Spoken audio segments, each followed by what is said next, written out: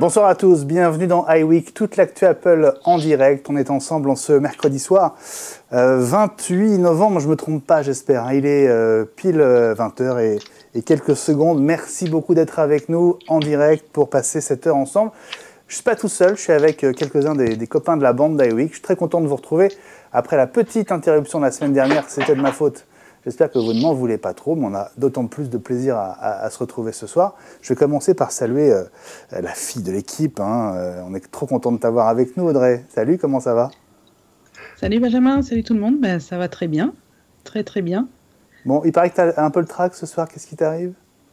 Non, mais en fait, il y a un peu un avis de tempête chez nous, donc j'ai un peu peur que ma connexion s'envole et que je vous perde en route. C'est juste ça. Si on te perd, on ira te récupérer, t'inquiète pas.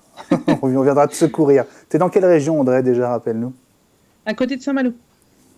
Ah ouais, du côté de la Bretagne. Ça souffle un peu ce soir.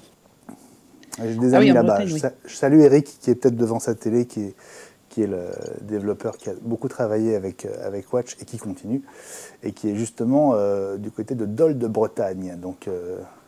Ah ben c'est à 10 minutes de chez moi. Voilà. Ouais. Attention, tu vois, attention aux orages ce soir. Encore un petit tour dans notre belle province française avec François Le Trédic. Salut François. Salut Benjamin, salut à tous, très heureux de vous retrouver dans le sud de la Bretagne où il souffle un peu moins visiblement que dans le nord. Ah oui, t'as du vent aussi, hein? Un peu, mais pas trop, ça va. C'est hier soir surtout, mais là... Mais il y a un microclimat chez nous, il fait toujours beau, c'est magnifique, il pleut quasiment jamais. Bon, il y a un microclimat et il y a un micro tout court devant toi. Oui, tout à fait, oui, j'espère qu'on m'entend bien d'ailleurs. T'as vu, petit jeu de mots, facile. C'est bien, tu rebondis, j'ai un nouveau micro que je teste ce soir, alors j'espère que vous m'entendez bien et mieux qu'avant. Écoute, on t'entend bien, le son est pas mauvais. On va comparer avec le son qui vient de chez Guillaume. Salut Guillaume. J'ai un son cristallin. Oui, tu es cristallin, tu es transparent comme le verre. C'est pour ça. Ça merci, transparent, c'est sympa. Écoute. Bon, bah si je suis transparent, je me casse. Hein, mieux vaut ça que le contraire. Écoute, comment ça va? Ça va pas mal, les amis. Et ça fait longtemps en plus que je ne suis pas passé. Ouais, ça fait plaisir. Ça fait plaisir. Tu vas bien? Tout va bien? Écoute, ça va, je vais aux toilettes normalement, tout va bien. Alors, c'était pas tellement le sens de ma question, mais on est très content pour toi. Tu sais que quand on dit ça va bien, normalement, est-ce que ça va à la selle? Ça vient de là, donc... Mon Dieu. Voilà, je réponds à ta question, carrément. Bon, pendant que Guillaume se calme, je vous salue, vous qui vous connectez en ce moment avec nous, qui êtes devant votre écran via les box, Orange, Free, Bouygues, via les apps, via le site de Watch. Et bientôt peut-être du nouveau, mais je ne peux pas encore tout vous dire, mais ça va peut-être bouger en tout début d'année. Et ça devrait être une bonne nouvelle. Voilà, on croise les doigts. Vous connaissez le chemin vers nos téléphones qui vont biper quand vous allez tweeter. Le chemin, c'est iWeek TV, le hashtag que vous connaissez. Voilà, François est devant son téléphone, devant Twitter. Profitez-en pour nous envoyer vos remarques, vos réactions, vos questions. Vous savez qu'on est preneur de tout. Alors ce soir, on s'est donné un petit mode d'emploi un peu différent de d'habitude. On a choisi les 10 news de la semaine qu'on va prendre par ordre de la moins importante à la plus importante. Et puis au milieu, on fera 2 petits breaks avec François et avec Audrey. François, tu vas nous parler... tu vas nous faire une nice story sur l'iPad. Sur le premier, parce que je vais surtout vous faire une comparaison entre ça. J'avais préparé ça la dernière fois, mais on n'avait pas eu le temps de le faire. Donc ça et ça. L'ancien iPad et le nouvel iPad, le tout premier.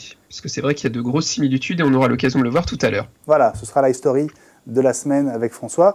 Et puis Audrey, toi tu vas nous donner une toute petite astuce. Hein, ça tient en pas grand-chose, mais elle est bien pratique.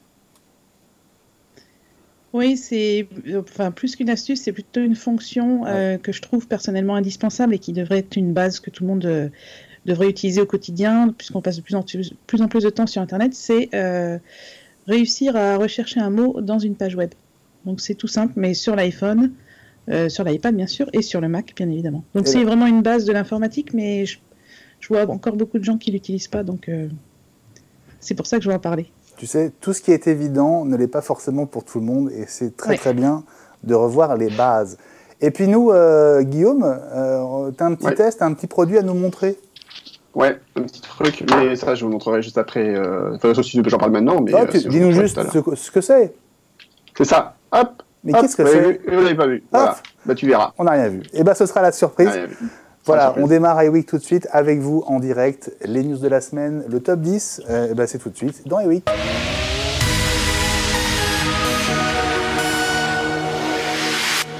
Et la numéro 10, alors c'est pas vraiment une news, mais en tout cas c'est un compte à rebours. Un petit rappel aussi, le remplacement de votre batterie défectueuse à 29 €. Dépêchez-vous, dans un mois c'est fini. N'est-ce pas les amis? François? Ça va coûter plus cher surtout. Ouais. Surtout, ça va coûter plus cher. Eh oui. Donc, petit rappel, après l'histoire du Battery Gate, il y a quasiment un an déjà, Apple avait proposé le remplacement de ses batteries pour 29 € au lieu de 99 € si je dis pas de bêtises avant. Donc sur tous les modèles iPhone 6, 6S, 7, éventuellement 8 pour les derniers iPhones sortis. Et donc vous avez jusqu'au 31 décembre pour changer la batterie de votre iPhone pour 29 €. Après, ça repassera en fonction des modèles. Le minimum, ce sera 49 €. Donc c'est le moment ou jamais si votre batterie commence à montrer des signes de faiblesse. Je vous rappelle que depuis la version iOS 12, vous avez un petit outil dans les réglages système qui vous permet de voir l'état de votre batterie. Ça vous donne une indication en pourcentage et quand ça descend en dessous de 82%, théoriquement la batterie commence à être vraiment faible. J'ai une collègue qui a un iPhone 6 et elle se plaignait régulièrement de sa batterie et j'ai regardé et c'était à 72%, donc ça commence vraiment à être tendu. Donc elle me dit mon téléphone se coupe tout le temps, etc. Donc je lui ai parlé de ce changement de batterie et ça m'a donné l'idée d'en reparler ce soir pour rappeler à nos amis qu'il reste un mois. Ouais. Alors à un moment c'était la ruée dans les Apple Store. C'était très compliqué de profiter de cette offre. Ça va à nouveau être la ruée quand on va approcher de la fin, à mon avis, et de la date limite. La date limite, c'est quand d'ailleurs? Au niveau du prix, c'est 31 décembre. Ouais. À 29 €, après ce sera 49, donc ça reste quand même relativement raisonnable par rapport au prix d'avant. Non mais 29 c'est bien. Voilà. 29 c'est mieux. Ça passera à 49. Hein. Ça passera à 49 Oui, ça ne sera pas les prix d'avant, ça sera moins cher qu'avant. Vous avez fait un changement? Il y a l'iPhone SE aussi qui est pris en charge. Oui, je l'ai oublié. Oui, rappelons les modèles concernés. L'iPhone SE, les iPhone 6, 6S, 6S, 7 Plus, du coup, enfin les modèles Plus aussi. Et je me demande si les 8 et les 10 sont pas concernés aussi, mais vous me corrigez si je dis une grosse bêtise. Mais maintenant, évidemment, logiquement, ils sont moins touchés. Ils sont moins touchés parce que c'est des téléphones qui ont un an. Maintenant, je vois mon 10, il est déjà à 91 ou 92%, donc ça a tendance à baisser vite. Et je voulais juste repréciser une petite chose. Avant le changement de batterie, le Genius, logiquement, fait un test de l'iPhone, vérifie qu'il n'a pas eu de choc, fait tout un petit processus. Parce que si par hasard il y a eu un petit choc au niveau de l'écran ou autre, Apple ne change pas la batterie, dans la mesure où il y a un risque de dysfonctionnement derrière en enlevant la batterie. Et donc du coup, éventuellement, il propose un échange pour un prix qui doit être aux environs de 200 € de mémoire. Mais il refuse de changer la batterie. J'ai une amie qui a eu ce souci-là, le téléphone était tombé, du coup ils lui ont dit non, on ne change pas la batterie, trop dangereux. D'accord, oui. Donc, faut être vigilant à son état de téléphone aussi, et pas être surpris si par hasard Apple refuse de la changer. Si on apporte une épave dont la batterie est en fin de vie, ils ne la changeront pas. En gros, c'est ça. Mais je crois qu'ils sont assez stricts. Ouais, c'est logique. Qui a changé sa batterie parmi vous trois à 29 €?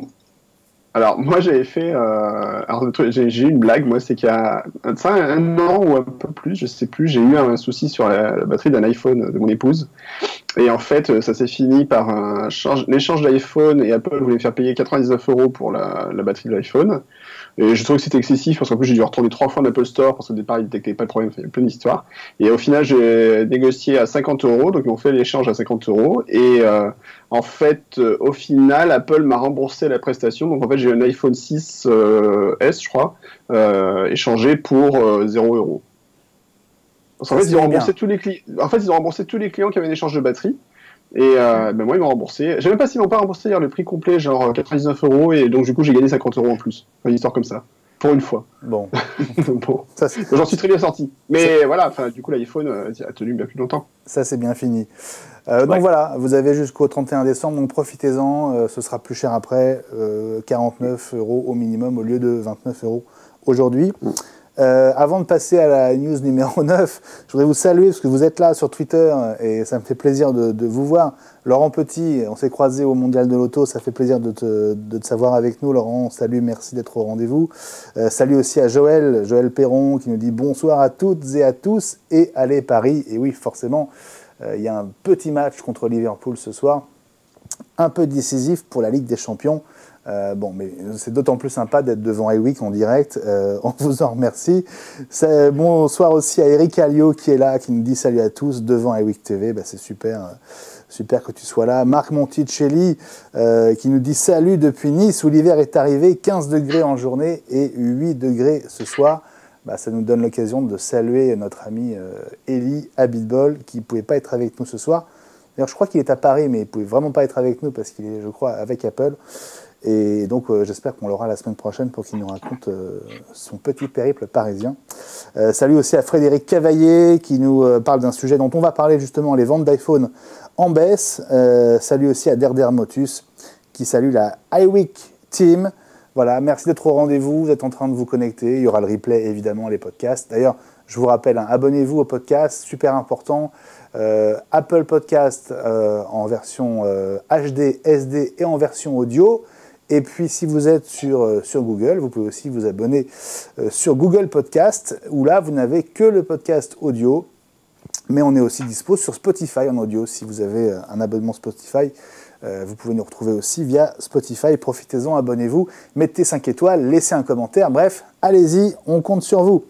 On va passer à la news numéro 9. Et cette news numéro 9, elle concerne HomeKit. Je crois que c'est toi qui nous a apporté le sujet, François. Hein, oui, en fait, si tu me dis ça, effectivement, ça fait longtemps que je voulais vous en parler. Éventuellement, si sur Twitter vous êtes intéressé pour qu'on fasse un petit test de ces produits. En fait, Xiaomi est une marque chinoise très réputée pour ses produits pas très chers. Et depuis la fin de l'été, ils ont sorti un pont, donc Aquara, qui permet en fait de se connecter à HomeKit, c'est-à-dire que tous les outils Xiaomi sont compatibles avec HomeKit. Alors, il faut juste faire attention à une chose, il y a seulement certains produits Xiaomi qui sont compatibles. Donc déjà, c'est la gamme Aquara, je vais y arriver, et seulement certains produits. Et au début, la compatibilité était très légère, et au fur et à mesure, ils réimplémentent des choses, dont là, la possibilité d'utiliser le pont comme une alarme. Donc ça, c'est un côté sympa. C'est le genre de produit qu'on n'a pas trop en plus sur HomeKit. Ouais. Donc voilà, petit à petit ça se développe. C'est toujours sur mon bureau d'ailleurs, il y a des petits détecteurs de présence qu'on peut retrouver comme ça. On a des petites balises de température, d'humidité, etc. Il y a plein de petites choses et l'intérêt c'est que les produits sont environ entre 7 et 10 euros, ils sont pas très chers, comme un détecteur de porte. Ouais, c'est pas cher du tout. Et le problème des détecteurs de porte HomeKit souvent c'est qu'on les trouve à 25-30 euros. Je pense en particulier aux produits Cookgeek ou Eve, c'est le gâteau qui fait ça si je dis pas de bêtises. Et là on se retrouve avec des produits à 10-12 euros et c'est quand même vachement moins cher et ça fonctionne très bien. Ça fonctionne bien. Donc le pont vaut environ 35 euros et les produits après c'est une dizaine d'euros à chaque fois. Et il y a souvent des remises sur les sites chinois quand on reçoit les produits évidemment, ce qui est quasiment tout le temps le cas, mais voilà, faut juste être patient au niveau des délais de livraison. Ouais. Vous êtes HomeKit, Guillaume, Audrey ou pas? De plus en plus, ouais. Là, j'ai commandé par exemple une caméra Netatmo, la présence, qui se connecte à HomeKit. J'ai le chauffage qui est contrôlé par HomeKit. J'ai pas mal de plus en plus d'équipements. J'ai le HomePod qui est connecté à HomeKit et ça c'est plutôt sympa puisque ça permet donc de contrôler plein d'éléments dans la maison avec la voix. Et on commence à avoir un écosystème qui commence vraiment à être sympa. J'ai les lampes Psiu qui sont contrôlées par HomeKit aussi, donc on commence à avoir pas mal de choses. Après le problème c'est que ça a un certain coût. Et puis la difficulté après c'est de faire communiquer tout ce beau bordel ensemble, quoi. On a déjà discuté dans notre émission spéciale quand on a abordé la domotique et souvent c'est là où le bas blesse. Mais avec les nouvelles fonctions de iOS 12, avec les fonctions de shortcuts, de raccourcis, donc qui ont été intégrées, on peut faire des trucs vraiment sympas, je pense. Même s'il y a encore des choses qu'on peut pas faire, genre par exemple lancer une action quand vous avez un détecteur de porte, par exemple, qui s'ouvre, dire bah tiens, lance-moi une application particulière ou lance-moi un appel ou un truc ce que vous voulez, déclencher une action, ça c'est pas encore possible. Donc j'espère qu'on va y arriver bientôt dans le futur, quoi. Ok, moi j'avoue que je ne suis pas encore passé à HomeKit de manière massive. En fait, les émissions qu'on a faites sur HomeKit m'ont un peu calmé. J'ai eu le sentiment que c'était un tel boxon que je me suis dit je vais attendre un petit peu. Et c'est vrai que les produits de chez Xiaomi sont assez tentants parce qu'ils sont pas chers. Et je trouve qu'ils marchent relativement bien. Ouais. Ouais. Apparemment, ça marche bien. La question c'est qu'est-ce qu'il renvoie comme info après à la maison, quoi. Oui, à la maison, tu veux dire à ailleurs. l'hôtel milieu, c'est ça. Oui, c'est ça. À la maison. Alors justement, ouais, Audrey. Moi, je suis totalement novice en domotique et je voulais justement, François, si tu pouvais expliquer pour les novices comme moi ce qu'est un pont. Alors en fait, on entend tout le temps parler de pont. Alors c'est pas le pont sur lequel on passe. C'est ce que j'allais dire, ça permet de raccorder deux rives, mais l'image est pas complètement fausse. En fait, le pont, tu vas le brancher à ta box internet ou à ton switch ou au réseau, en fait, et ça va permettre à tous les éléments qui sont raccordés de se connecter à internet, en fait, tout bêtement. Je prends l'exemple, Guillaume parlait des ampoules. En fait, il y a un pont Philips qui permet en fait de raccorder toutes tes ampoules à ce pont-là. Et si t'as pas le pont de connexion, tu vas pas pouvoir raccorder toutes tes ampoules. En fait, d'une certaine manière, c'est comme un switch. Tout se connecte au pont et derrière, ça te permet de tout piloter avec uniquement l'application maison. Alors après, la blagounette, c'est que les appareils peuvent être compatibles avec certains ponts, mais pas forcément les fonctions HomeKit. Cas pratique, par exemple, les ampoules d'un certain fabricant suédois, qu'on peut connecter sur un pont, le pont Philips Hue. Donc on se dit, ouais, c'est cool, au moins je peux les piloter de l'application. Sauf qu'après, là, si vous voulez contrôler avec la voix les ampoules, en disant, dis Siri, allume les ampoules, là, ça marche pas. Il vous dit, non, c'est pas compatible. Avec ce type de pont, il faut le pont. Évidemment, j'ai activé Siri. Il faut plusieurs ponts, du coup, suivant les produits qu'on a, il faut éventuellement plusieurs ponts, ouais. Donc, ça peut moi, je me retrouve avec un. Vas-y, Guillaume. Non, je disais en fait maintenant, cela dit, Philips a pris pas mal d'avance avec sa technologie Hue et il y a beaucoup de plus en plus d'appareils qui sont compatibles avec ce type de pont et donc on peut intégrer. Après, la question c'est est-ce qu'on va jusqu'au bout de l'intégration pour aller jusqu'à toute la compatibilité HomeKit avec Siri et tout le bordel et ne t'arrivez pas s'il te plaît. Merci. Non, c'est bon. Faut faire gaffe à ce qu'on dit. Voilà, donc petite pédagogie, Audrey. En gros, c'est un petit appareil indispensable pour que tout ça communique. Voilà. C'est ça. Puisqu'on est dans le jeu des devinettes ce soir et qu'on fait ce compte à rebours des news de la semaine, je voudrais peut-être vous poser la question, est-ce que vous voulez nous deviner quelle sera la news numéro 1 pour nous à la fin de l'émission? Quelle est la news qui a marqué la semaine selon vous? iWeek TV avec le hashtag, on suit vos tweets. Et à propos de Xiaomi, Joël te demande, François, je pense qu'il existe une bouilloire de Xiaomi. De toute façon, il existe tout, Xiaomi, oui, il existe un parapluie, Xiaomi, ils font tout, de toute façon, c'est magnifique. Après, il y a peu de produits compatibles HomeKit encore, mais j'ai hâte, dis Siri, ouvre mon parapluie, ce sera top, quoi. Absolument. Bon, voilà pour cette compatibilité la question étendue. À la question, la réponse est oui. La réponse est oui, il y a une bouilloire Xiaomi connectée. Ah oui, vraiment, t'es dessus, là? Ah, ça existe, ouais. Oui, non, mais c'est clair. Ouais, non, mais c'est évident. Il y a tout. Voilà. Il y a tout. Donc, voilà, Joël. Et il suffit de taper sur un moteur de recherche et tu vas la trouver. On l'a pas encore testé, mais on pourrait. Quand elle sera compatible HomeKit. On essaiera. Ça vaut une cinquantaine. Ouais. Ça vaut une cinquantaine d'euros, quand même. Ouais. Avant de passer à l'amazing tip d'Audrey, sur la manière de faire une recherche sur une page web sur son iPhone notamment. Les news numéro 7 et 8, on les a groupées parce qu'elles concernent Apple Pay toutes les deux.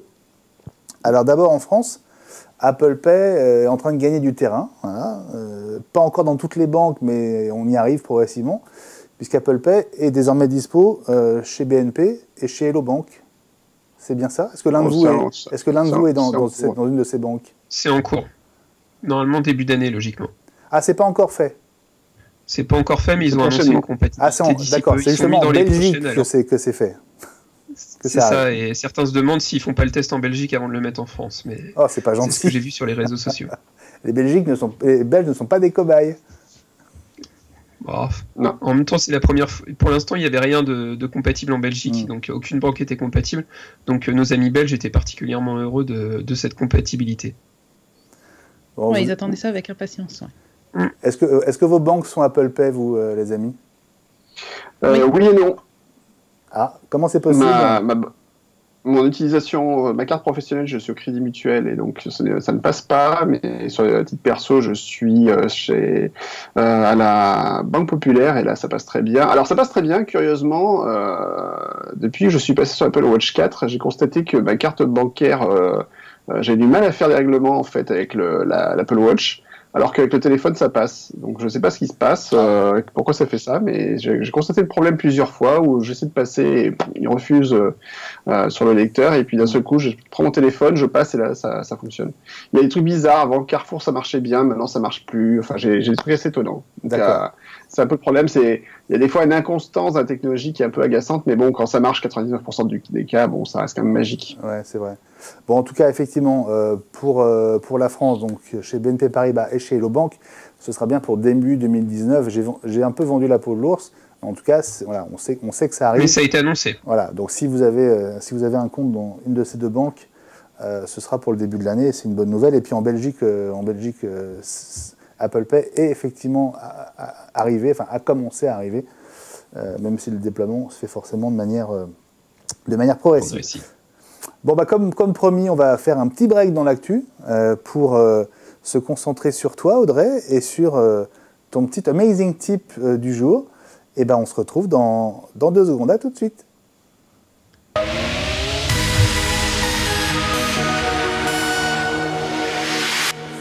Alors, ce petit truc tout bête, cette fonction que tu veux nous rappeler ou nous faire découvrir, c'est quoi, Audrey ? Alors en fait, c'est une fonction qui existe depuis très très longtemps qui permet de rechercher un mot dans une page web. Par exemple, si vous êtes sur la page Wikipédia de Mark Twain et que vous voulez savoir à quelle époque il a écrit Tom Sawyer, vous pouvez faire une recherche avec le mot Tom, par exemple, ou Tom Sawyer, et vous allez tout de suite tomber sur le mot. Donc voilà, là sur la première image, vous voyez, on active cette fonction déjà en faisant...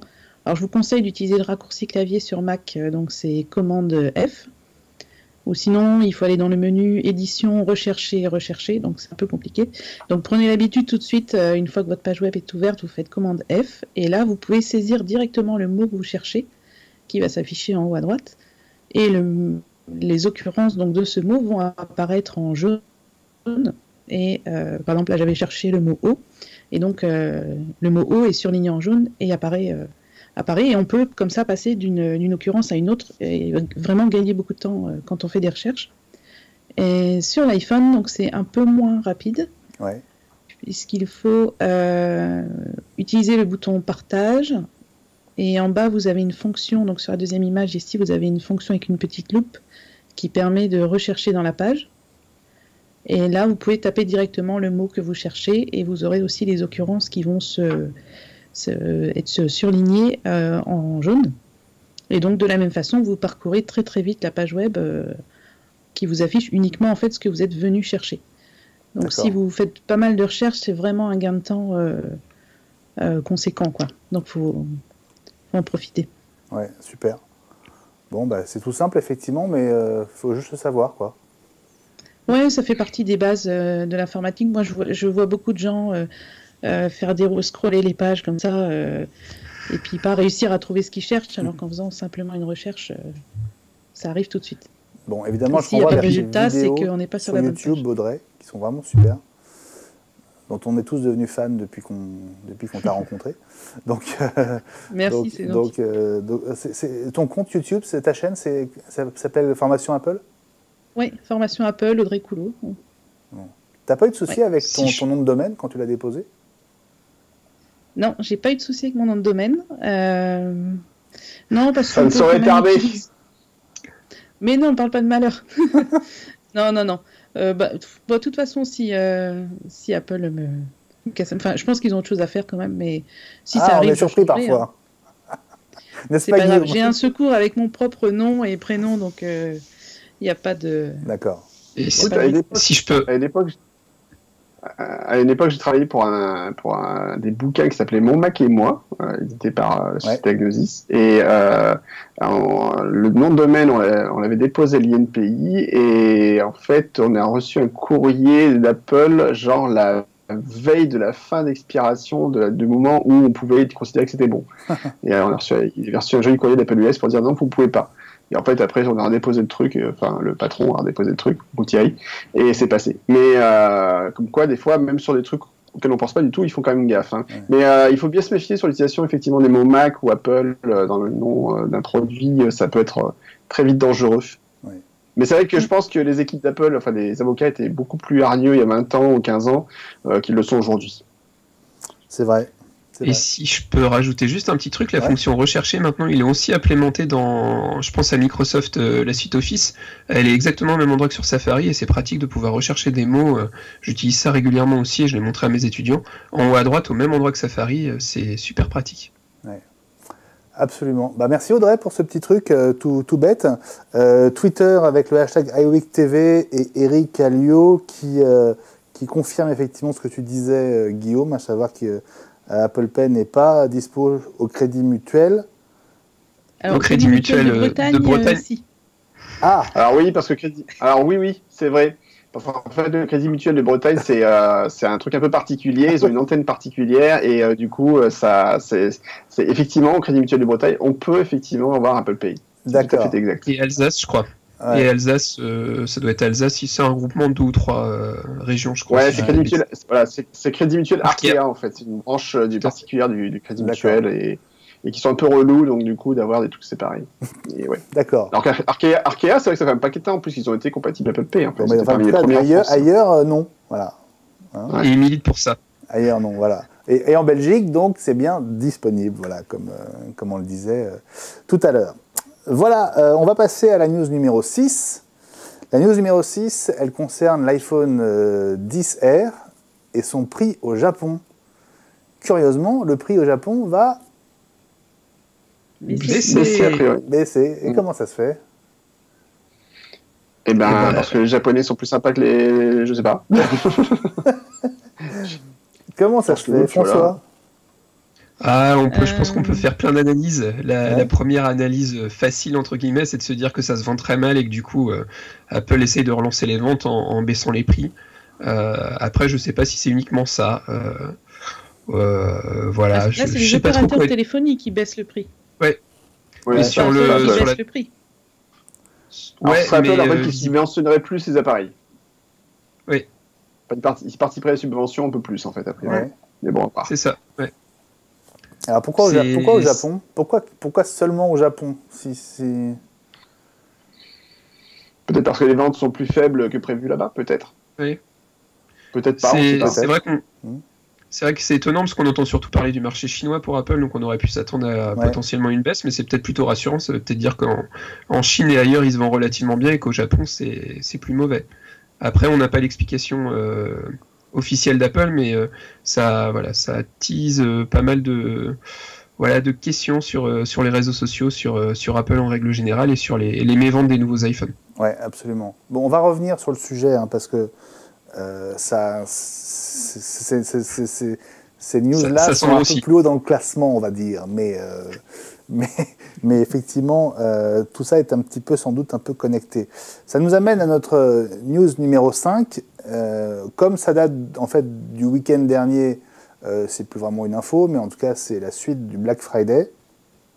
Les promos Apple, finalement, elles ont donné quoi? Est-ce qu'il y avait des choses intéressantes, à votre avis, selon vous? C'était des cartes cadeaux. Ouais, comme d'habitude. Autrefois, il y avait des vraies réductions. Il y a eu aussi il y a quelques... tout. Donc... il y a eu les deux, en fait. Ouais. Il y a eu les deux, c'est vrai. Ouais. Historiquement, en fait, Apple faisait des remises jusqu'à il y a une petite dizaine d'années, je pense. Il y a eu des moments où il n'y avait plus rien, et donc là, cette année, c'était des cartes cadeaux. Un peu sur le même principe que ce qui se passait sur l'opération Back to School à une époque. Donc là, on avait une carte cadeau. Si je dis pas de bêtises, c'était Apple carrément. C'était pas qu'iTunes. Oui, c'est Apple. Hein. Ouais, c'est Apple. Je crois que c'était carte Apple. Ah ouais. Ouais. je crois. Donc intéressant ou pas. Je sais pas. Si vous aviez un achat à faire, sans doute. Maintenant, ça a surpris pas mal de monde parce que voilà, la tendance était plutôt pas de rien du tout pour Apple sur cette période-là, mais après tant mieux pour les clients qui seraient laissés tenter. Ouais, ça vaut pas une remise. Une remise sonnante et trébuchante. Ça vaut pas un 15%, quoi. Ah oui, c'est ça. Ouais. Hein? Non. Bon. Disons que si Non, une personne achète, avait même pas prévu, mais avait fait une commande ce jour-là, c'est sûr que ça tombe bien. Mais je pense pas que les gens qui ont attendu pour avoir ça ont dû être un peu déçus, quoi. Ouais. Mm. Bon, d'autant que pour faire un peu la jonction avec ce dont on parlait juste avant et de ce dont on va parler un peu après, les promos ont été étendues au week-end. Ce qui est aussi assez rare. Le Black Friday sur le site d'Apple, c'est. Attention. Ouais, alors d'un côté, le Black Friday, c'était une Black Week chez Amazon, donc ça commençait lundi déjà jusqu'au samedi. Oui, mais chez Apple, il est vraiment normalement timé sur le vendredi. Cyber Monday, ouais. Apple était sur juste le vendredi avant. Normalement, hein. Historiquement. Ouais. Après, je pense qu'il ne faut pas forcément voir un côté forcément où ils s'adaptent à fonction de. Des fois, chez Apple, il y a des choses qui se passent, on ne sait même pas pourquoi. Enfin, ils ont décidé, cette fois-ci, de faire 3 jours. Ça aurait pu être une seule journée, ça aurait pu être 5 jours. Enfin, on ne sait jamais trop vraiment avec Apple, quoi. C'est vrai que ça peut paraître curieux. Après, historiquement, alors qu'ils ont tenté pendant des années de plutôt réduire les cadeaux aux clients, là, ils font un peu plus d'efforts. Bon, on ne va pas s'en plaindre, hein, c'est pas non plus dramatique. Vous avez fait des achats, vous, pendant le Black Friday? Un petit peu. Netatmo, ta caméra, c'était Black Friday, Guillaume? Ouais, plutôt de la domotique, effectivement. J'ai plutôt il y avait une grosse réduction sur la... Non Ouais. Ah non, c'est sur Weezings qu'il y avait une très grosse réduction sur la caméra. Ouais, la caméra Netatmo était vraiment pas mal. Les produits Netatmo étaient pas mal en promo, il y avait 25%, je crois. Ça commence à être intéressant. Et puis, je sais plus ce que j'ai pris. Enfin, j'ai eu 2-3 trucs que j'ai achetés, que je visais depuis quelques temps. Les SSD, par exemple. Ça en avait besoin. 2 Tera là-dedans, t'imagines? C'est quoi comme SSD? Surtout le prix. C'est un SSD crucial, 2 Tera, voilà. Bah, ça coûtait quoi? Ça coûtait 200, j'ai dû payer 200 balles, je sais même plus. Mais faut pas oublier qu'avant, il y a 10 ans, pour avoir 2 Tera. Mais non. Je sais plus, à peu près. Je sais plus, ouais, c'est ça, ces eaux-là. Mais quand tu vois qu'il y a quelques années, il fallait un Xrvred, et que le Xrvred, ça te faisait... pardon, je tapais dans mon micro, mais c'était grand comme ça, et que ça faisait un boucan d'enfer, et qu'il fallait ça pour pouvoir avoir 2 Tera de stockage, ben là, maintenant, tu as ça, tu mets ça dans ta poche, quoi. C'est ça aussi le progrès, faut pas l'oublier. Ouais. Un SSD 2 Tera à 200 balles, c'est vraiment pas cher. Ouais, les tarifs ont vachement baissé sur les SSD. Hein. Ouais, c'est impressionnant. Ouais. Non, là, en ce moment, ça valait le coup. Bon, je dis ça, c'est moi, j'en ai acheté à 320 €, donc je suis vert. 235 €, je l'ai payé. Oh my god. Bon, moi, c'est pas la même marque, peut-être pour ça. Mais bon. C'est ça. Audrey, tu as fait des folies pendant le Black Friday? Non, j'ai été très sage. Non, j'avais besoin de rien, donc j'ai pas... c'est bien. Rien du tout. C'est bien. Tu as été très raisonnable. François, ton micro, c'était Black Friday? C'était Black Friday, effectivement. Ouais, t'as eu une réduction de combien? Alors c'est toujours pareil, enfin je sais pas si on en parlera après, mais il faut se méfier des tarifs affichés d'origine. J'ai dû le payer 100 € alors qu'à la base il était à 150 à peu près, donc ça fait quand même quasiment 33%, c'est pas mal. Ouais, c'est pas mal. Bon, moi j'ai fait des courses. Et des cadeaux de Noël, mais. Moi j'ai acheté plein de supports de stockage, des cartes SD, des choses comme ça. Donc Ouais, moi j'ai pris 2-3 clés USB aussi, il y a des tarifs intéressants. Pareil, ouais. Mais pas de grosses folies, voilà, pas de choses type ordi, etc. Non, pas de grosses folies. Très bien les amis, on va passer à propos de petits coups de cœur ou de produits tout simplement. On va passer à ton petit test, Guillaume. On va enfin savoir ce qu'est cette chose que tu nous as montré tout à l'heure. Je veux savoir alors. Alors dis-moi, qu'est-ce que c'est? Remontre-nous. Alors, regarde, c'est ça. Non, c'est pas ça. Ah, c'était pas ça. Alors, je sais pas si vous vous souvenez. Voilà. Mais bien sûr. Légendaire. C'était l'iBook. l'iBook, il avait un truc génial. C'était un ordinateur super. Et il y avait ce truc génial du yo-yo. On pouvait donc facilement enrouler son câble de son alimentation. Et Apple, pendant des années, avait des petits adaptateurs qui étaient assez malins, avec des petits crochets. On pouvait facilement enrouler les fils autour quand on était dans le sac. Et puis, ils ont abandonné cette idée avec les MacBook Pro 2016 et un peu avant, même, je crois. Donc, du coup, on a eu un adaptateur un peu con-con, donc il n'y avait plus le MagSafe, etc. Et moi, j'en avais un peu ras-le-bol parce que je mettais mon adaptateur secteur dans mon sac et les fils partaient dans tous les sens. Et il y a des gens qui ont sorti un produit, donc la boîte s'appelle FuseReel.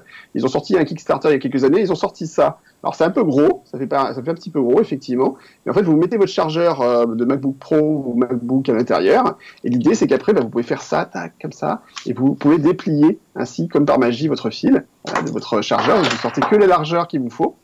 Et ensuite, pour rembobiner, il suffit juste de tourner le petit produit comme ça, tac, tac, tac, et ça vous rembobine votre fil, et hop, il n'y a plus qu'à le mettre tout beau, tout propre dans votre sac à dos, sans que les fils partent dans tous les sens. Et oui, parce que ce qu'on voit pas forcément très bien, c'est que le transfo, il est au centre. Il est au centre, en fait, voilà, il est dedans, il est clipsé, en fait, on peut, alors je vais pas le faire, mais en fait, on ouvre le petit adaptateur, là, ici, il y a un petit bouton, on ouvre, on met le chargeur dedans, donc il y a des petits adaptateurs qui sont fournis, en fait, pour mettre selon la taille de votre chargeur, et ensuite, après, vous n'avez plus qu'à tirer, à retirer, et ils ont un site, donc c'est sur le site FuseReel, FUSER2EL.com. Le produit s'appelle le Sidewinder, ce qui me fait beaucoup rire parce que c'était le nom des manettes chez Microsoft il y a très longtemps. C'est vrai. Je crois qu'ils en font toujours d'ailleurs. Et ça coûte 30 balles, vous voyez, c'est $30. Alors après, il y a des frais d'expédition qui sont peut-être un petit peu chers, mais moi j'en ai pris 2 et je trouve ça super. Voilà, ça me permet de gagner plein de place dans mon sac. En fait, finalement, c'est vrai que le produit fait un peu gros, mais comme en fait on n'a plus les câbles dans tous les sens qui partent, en fait on gagne de la place. Donc c'est très cool. C'est assez léger et c'est bien foutu. Et pour une fois, c'était un Kickstarter sur lequel j'avais backé à l'époque, comme on dit. Et puis j'en suis très content. Voilà, je tenais à le dire. C'est en quelle matière? On a l'impression que c'est de la mousse. C'est du plastique. Non, c'est du plastique. C'est du plastique. Ah, c'est du plastique? Costaud? Ah ouais, ça tient bien. Moi, ça fait plusieurs mois que je l'ai, je crois. Je ne sais pas combien de temps ça fait que je l'ai, mais ça tient très bien, pas de souci. Ok. La seule faiblesse, il fournit un câble USB qui a tendance un petit peu à être un peu faible par moment, mais sinon ça va. François, tu voulais dire un truc? Non, mais la question c'était au niveau de l'embout du MagSafe, enfin pas du MagSafe, mais du côté du chargeur, ça tire dessus ou ça va? Parce que c'était un peu le défaut des chargeurs des vieux MagSafe. Je sais pas, je vais en avoir au moins 6 ou 7 dans mon bureau Alors d'ailleurs, c'est un USB-C classique. En fait, ils fournissent un câble USB-C, mais c'est un USB-C classique. Il n'y a pas de différence. C'est pas d'embout qui s'enlève automatiquement, quoi que ce soit. Et tu pourrais en rajouter un si tu veux. Ok. D'accord. Et donc, tu l'as commandé sur leur site. Il n'y a que là qu'on le trouve. Alors moi, j'avais commandé à l'époque du Kickstarter, et je crois que maintenant, ça ne se commande effectivement que sur leur site web. D'accord. Tu l'as payé combien, toi, via le Kickstarter? C'était plus cher. C'était plus cher que ça, je crois. Mais bon, après, c'était un produit que je trouvais vraiment pas mal, donc je préférais. Voilà. Okay. Ça vaut le coup d'être connu. Donc le FuseReel, FUSER2EL. Voilà, exactement. Ouais, ça a l'air vraiment bien. Ouais, c'est sympa. Ouais. Petit produit. Bah oui, parce qu'on a toujours ce problème-là avec le chargeur Parce que même si on sort les 2 petits crochets là du bloc et qu'on enroule, au bout d'un moment, ça s'abîme et puis c'est pas hyper bien. Alors, non, mais le chargeur des MacBook ça, c'est super mal conçu. C'est surtout qu'en fait Apple pendant des années avait des super chargeurs vraiment qui faisaient envie à toute l'industrie, et là ils sont revenus en arrière là-dessus et je ne comprends toujours pas pourquoi. Ils ont fait des choses. Alors on a quand même gagné un point intéressant, c'est que maintenant les câbles d'alimentation des chargeurs ne sont plus intégrés dans le chargeur, alors qu'avant vous avez un connecteur MagSafe, il fallait changer le chargeur dès que l'embout de l'autre côté pétait. Là maintenant vous avez un problème sur votre câble USB-C, vous changez le câble USB-C, c'est fini. Moi j'ai fait remplacer mon bloc. Voilà. Le bloc d'alimentation était défectueux. Ouais, bah oui. Ton bloc était défectueux, Audrey? Oui, quand j'ai acheté mon MacBook Pro, donc c'est un MacBook Pro sans touch bar, c'est le modèle, je sais, à peu près au bout de 4-5 mois, en fait, il chargeait plus. Et j'ai renvoyé vraiment que le bloc, puisqu'on peut déconnecter les câbles maintenant des 2 côtés. Bah oui. Donc ils m'ont remplacé que le bloc, et il était défectueux, en fait, le bloc d'alimentation, quoi. Mais c'est vraiment top le fait qu'on puisse désolidariser le cordon du chargeur, parce que je sais pas, moi au boulot, sur les 10 portables qu'on doit avoir, on a dû le changer sur 7 ou 8 je crois, donc c'était vraiment la pièce craignos, et qui valait quand même 80 €, quoi. Bien sûr. Ouais, alors juste un petit truc à préciser, d'ailleurs sur les câbles USB-C des chargeurs de MacBook Pro, le câble USB-C qui fournit sur le chargeur, c'est un câble qui ne sert qu'à la charge. C'est pas un câble USB-C qui permet de transférer des données, contrairement à ce qu'on pourrait croire. Donc c'est un peu perturbant, et donc si un jour vous devez charger ce câble, pensez bien à faire attention, à prendre un câble qui sert à la charge et pas au transfert de données. Si vous mettez un câble de transfert de données, ça ne passera pas. Ouais. Voilà. Donc attention, un câble peut en cacher un autre, comme on dit. Exactement. C'est vrai qu'entre l'USB-C et le Thunderbolt 3, c'est déjà suffisamment compliqué. Mais en plus, il y a plusieurs types de câbles USB-C. Donc, voilà. Ah, c'est une catastrophe. Good luck. C'est très compliqué. Good luck à vous. On est toujours avec vous sur Twitter, évidemment. Des réactions après ton petit truc, ton amazing tip, Audrey. Tu as Jérôme qui nous dit que c'est une astuce toute bête, mais rigoureusement pratique. Il te remercie en te disant qu'il ne la connaissait pas. Idem pour Joël Perron, qui ne connaissait pas le search sur iPhone et qui te remercie aussi, Audrey. Voilà. Très sympa. Joël qui nous dit d'ailleurs, ce soir j'ai pu faire un search sur la page web de Xiaomi pour acheter avec Apple Pay ma bouilloire compatible HomeKit. Merci iWeek TV. Et ben voilà. Elle n'est pas compatible HomeKit, la bouilloire. Hein. Ah merde. Pardon. Ah. Non. Es-tu sûr d'avoir fait une bonne recherche, Joël? Je crois pas qu'elle soit compatible. Non, c'était une blague. Hein. Il a fait une blague, en fait. Simplement. C'est une blague. Hein, oui. Mais c'est pas sûr. Il l'a peut-être acheté. Elle deviendra peut-être compatible, mais quand, on ne sait pas. Voilà. Quel suspense. Bon, on va continuer notre compte à rebours inversé des news les plus importantes de la semaine, puisqu'on attaque la news numéro 4. Et c'est toujours lié un peu à ce qui s'est passé le week-end dernier, mais ça concerne plus spécifiquement Amazon. On a parlé il y a 15 jours du deal entre Amazon et Apple. Et une promo sur les iPhone 10S et 10R, François, t'a semblé un petit peu bizarre. En fait, je pense que mes chers amis se sont réveillés un peu comme moi vendredi matin en voyant grosse promo sur Amazon, sur les nouveaux iPhones, incroyable, moins 30%, etc. En fait, c'était déjà pas moins 30%, c'était en gros 10 à 15%, parce qu'en fait, le tarif d'origine était fortement majoré par rapport au vrai tarif Apple. Et surtout, moi, ce qui m'a un peu plus chagriné, en fait, c'était pas des produits vendus par Apple, mais des produits vendus par un revendeur. Ouais. Donc sur le marketplace en fait. Et on a parlé du partenariat il y a une quinzaine de jours, et là Amazon met au devant des iPhone 10R et des iPhone 10S en promo, et au final c'était pas des produits qui venaient de chez Apple. Donc j'ai trouvé ça un peu borderline, un peu limite entre la fausse remise et le fait que ce soit un vendeur, c'était limite. Oui, c'est ça. Le problème c'est que le prix de référence n'était pas le bon, c'est ça? Ah, il était pas bon du tout, ouais. Ouais. Non, ils faisaient les iPhone XR en disant il y avait 30% de remise ou 25% de remise, et en fait le prix c'était le prix d'un iPhone XS, donc c'était pas bon quoi. Il y avait vraiment des très très gros problèmes sur le prix de base du produit, donc on peut se faire avoir. Et en fait j'ai failli hésiter un moment et j'ai fait non. Hein? Ouais. Il y avait quand même, ça représentait quand même 10-12%, mais après le problème c'est qu'on savait pas la provenance des iPhones quoi. C'était expédié par Amazon quand même, mais. Ouais. C'est ça. Donc faut se méfier. Sachant que, en plus je sais pas si vous avez vu la petite histoire là que Free Mobile a bloqué 300 000 téléphones a priori ces jours-ci. Oui. Ouais, parce qu'en fait Free Mobile proposait des téléphones en location et on est censé les rendre après que la location soit terminée. Et en fait il y a plein de gens qui les gardent pas, qui les revendent, qui font un trafic de margoulin comme on dit. Et du coup, Free a décidé de les bloquer en fait. Donc ils ont fait des demandes nécessaires auprès des organismes qui gèrent les connexions. Je sais pas comment ça marche, mais du coup ils ont demandé effectivement ce que tous ces téléphones-là soient verrouillés. Donc il y a 300 000 téléphones dans la nature qui ont été verrouillés par Free. Ah oui. Donc attention quand vous rachetez un téléphone, à ce qu'il soit quand même fonctionnel. Et donc les gens qui avaient acheté leur iPhone sur le bon coin, ils se sont retrouvés avec des briques. C'est ça. Voilà. C'est embêtant. Donc faut se méfier des provenances des téléphones comme ça, malgré tout. C'est ça. Ouais, en fait, comment on peut savoir si on l'achète par correspondance, on peut pas le savoir. Il faut qu'il y ait une carte SIM à un moment qui soit serrée dans l'appareil et voir s'il se connecte à un réseau, quoi.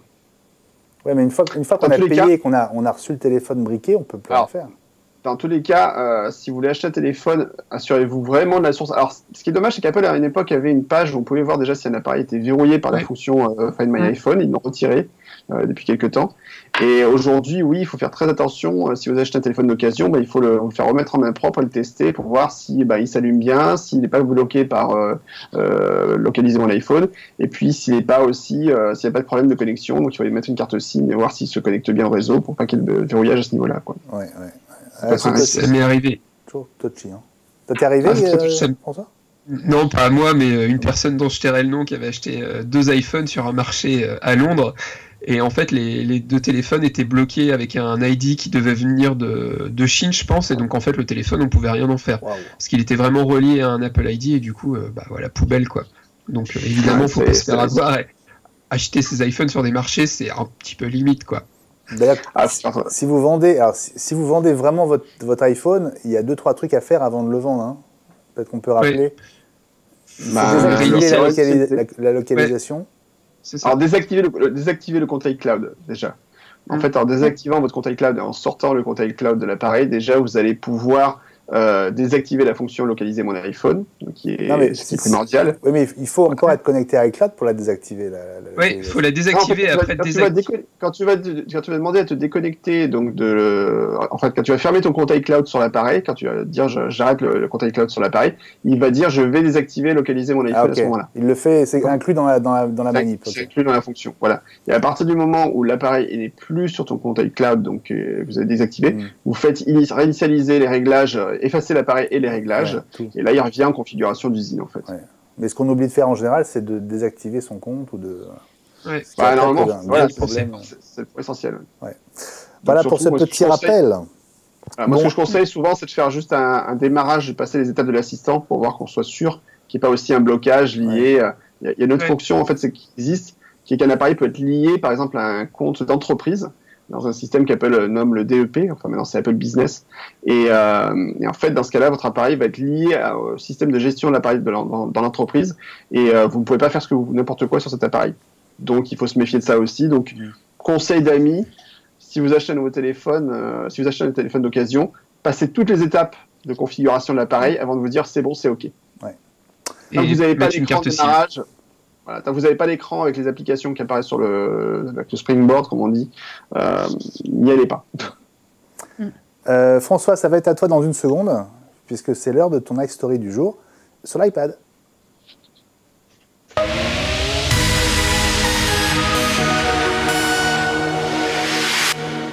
Voilà, l'iStory, on remonte l'histoire des produits Apple avec toi, François. Et aujourd'hui, on va revenir au tout premier iPad pour parler de l'iPad Pro.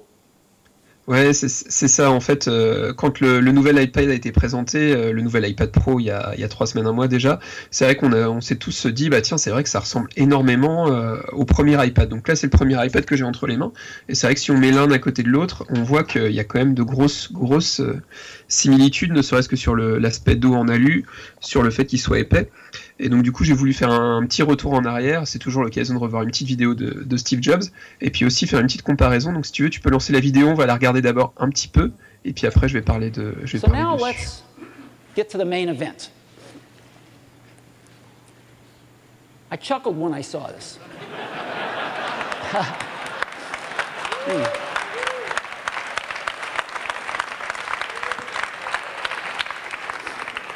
But before we get to that, I want to go back to 1991. Just a few years ago, in 2007, Apple reinvented the phone with the iPhone. And a few years later, we've got the great iPhone 3GS, the best phone in the world. And so all of us use laptops and smartphones now. Everybody uses a laptop and or a smartphone.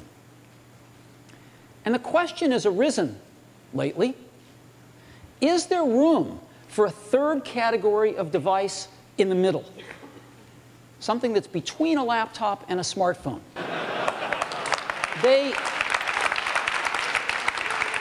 They're slow, they have low quality displays, and they run clunky old PC software. So they're not better than a laptop at anything, they're just cheaper. They're just cheap laptops. and we don't think that they're a third category device. But we think we've got something that is. And we'd like to show it to you today for the first time. And we call it the iPad. So, On continue, François? Ah, je vais parler un peu dessus parce que j'ai déjà fait quelques coupes qui se sont un peu vues. Donc, on est en avril 2010 et donc là, Steve Jobs va nous sortir le premier iPad qui était planqué sous un drap noir.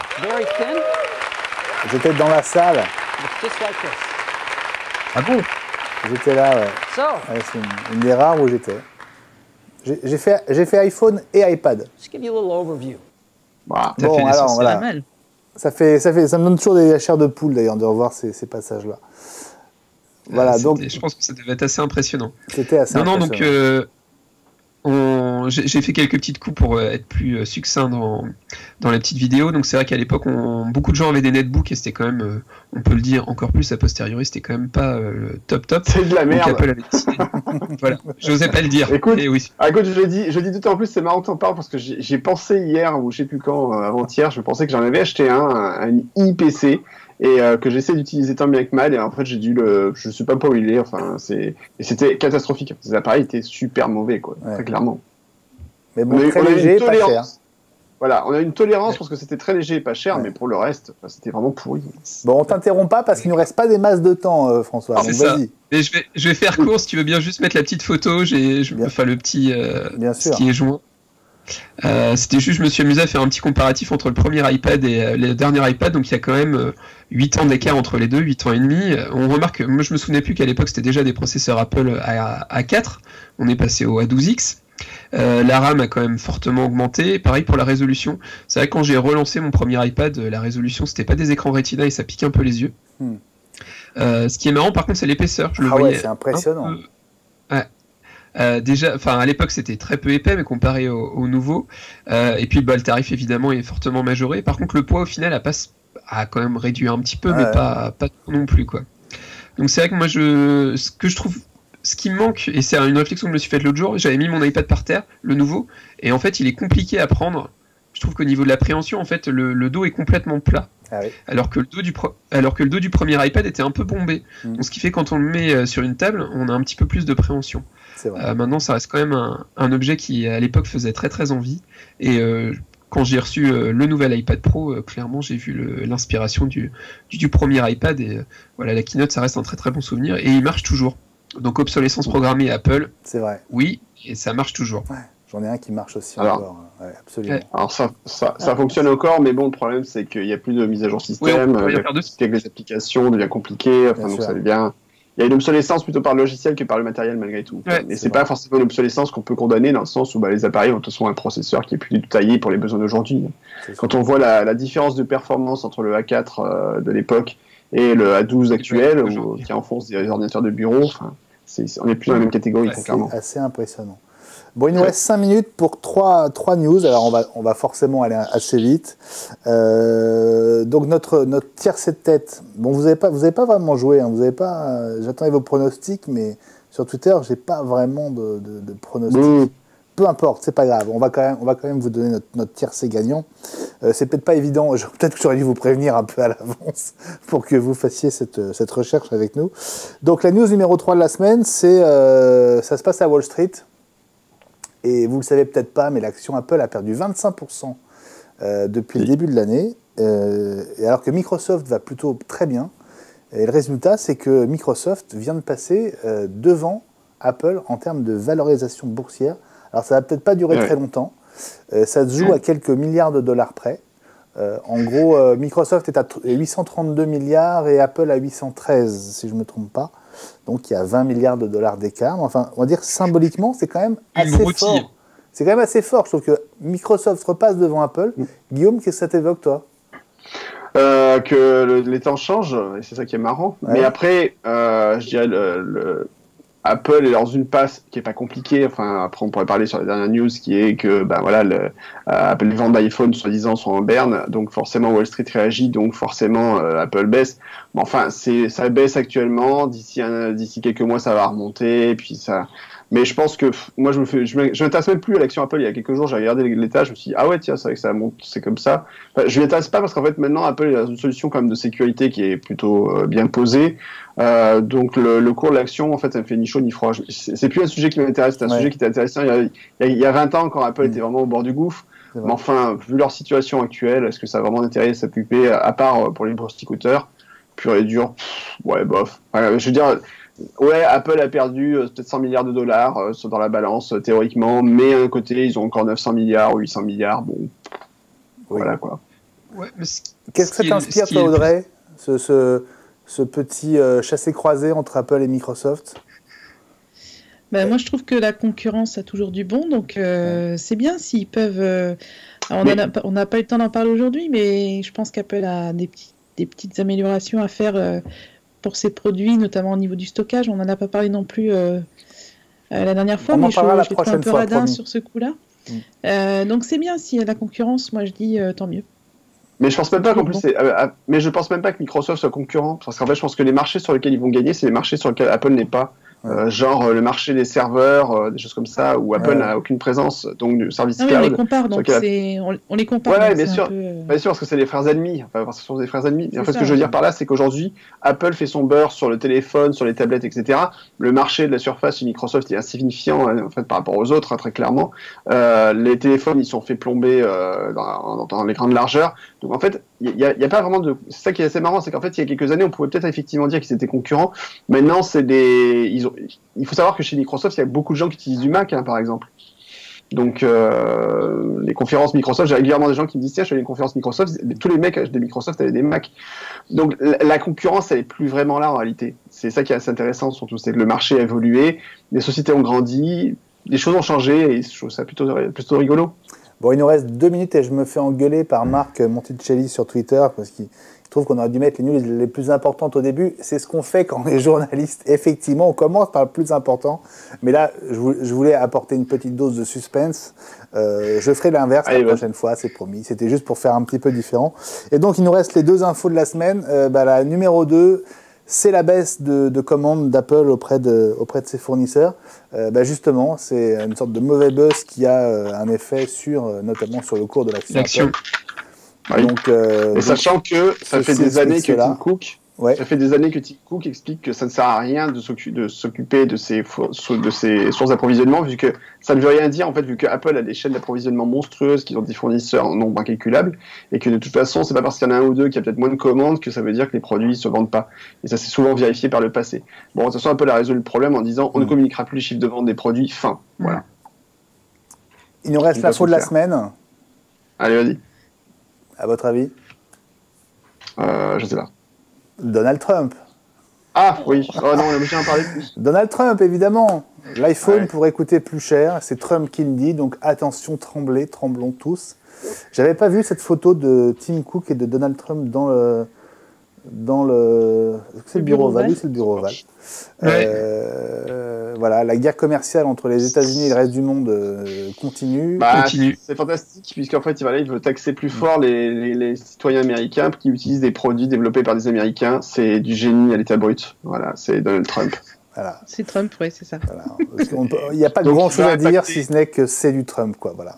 Il va impacter l'économie américaine puisque Apple est quand même participe à l'économie américaine de façon assez significative. Il va l'impacter en fait effectivement en augmentant le prix des tarifs des produits, ce qui est c'est Trump. Voilà, tout est dit. Enfin dans le personnage, on sait ce qu'il vaut et on voit bien que ça ne vole jamais très haut avec lui. Voilà. Merci beaucoup les amis, on arrive au bout de cette heure, c'était très sympa de la passer avec vous. On se retrouve la semaine prochaine évidemment à 20h mercredi pour un nouveau numéro d'iWeek. Dans 1 heure, CinéWatch avec Alan qui vient d'arriver dans la régie de Watch, donc qui se prépare pour vous détailler toute l'actu ciné de la semaine. Merci beaucoup pour votre fidélité, à la semaine prochaine et restez sur Watch où les programmes continuent. Salut à tous!